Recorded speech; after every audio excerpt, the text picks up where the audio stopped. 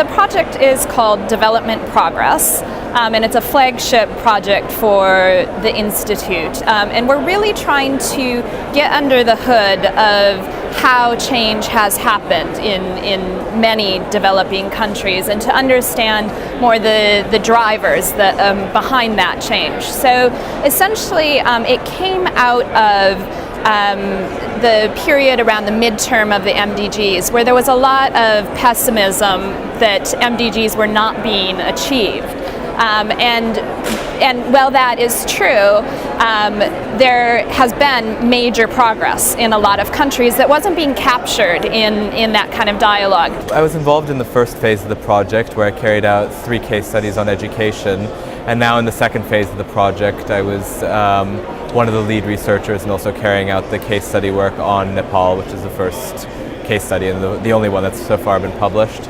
What motivated the case study was really the quite extraordinary improvements in maternal health outcomes that Nepal has seen over the past 2 decades.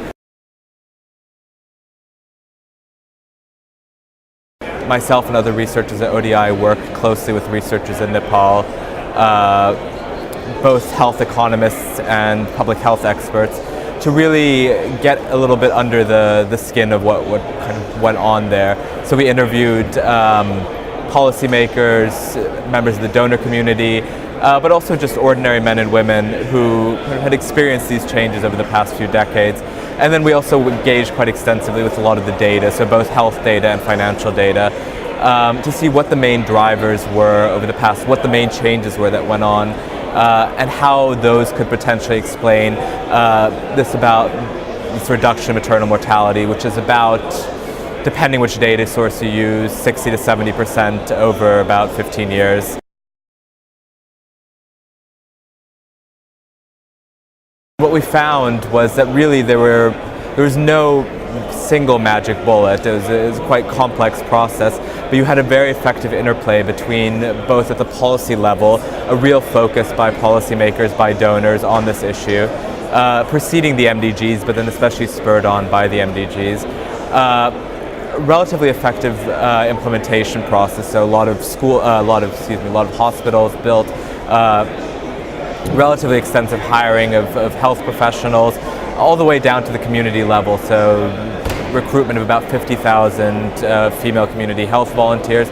And at the household level, which is really the third driver, you saw quite extraordinary changes. So rising incomes, especially driven by outward migration remittances, much more access to education for women, greater knowledge of how to seek help if in the case of pregnancy or other complications. And then also, I think thirdly, quite importantly, just real changes in the villages in terms of the infrastructure. So villages that used to be quite cut off became much more connected to the rest of the road network, to clinics, to government offices, so that you could essentially have a lot of the necessary processes to make sure that the health system functioned and women and families knew what to do in the case of pregnancy.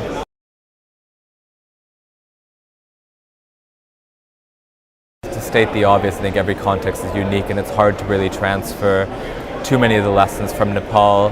But I think that said, this real focus on collecting data and on going through data and seeing what kind of policies and interventions might actually work in this context, and carrying those through over not just one legislative cycle, but really over 5, 10, 15 years, is quite exemplary, and I think also transferable to the extent that you really focus on policy coherence.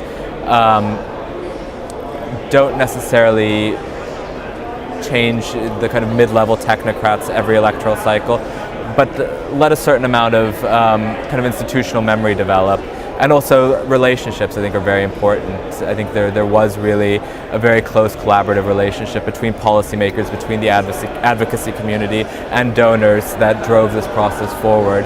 Well, the reality is that it looks really different for each goal and different in different countries. And we've actually been doing some analysis on this from the measurement perspective, trying to look at pathways of progress and linearities in those. And there's certain goals, for instance, where progress speeds up once work has gotten off the ground, and then when you get to kind of final achievement, it slows down again. An example would be in education, where at first it's actually quite hard to get children into school, but then once a major initiative has happened in a country, schools become flooded with children, and then you reach a stage where actually those who are most marginalized, you really struggle to reach those children. And there'll be different linearities, different pathways of progress across sectors. So that looks very different in an energy perspective or a health perspective in terms of the pathways.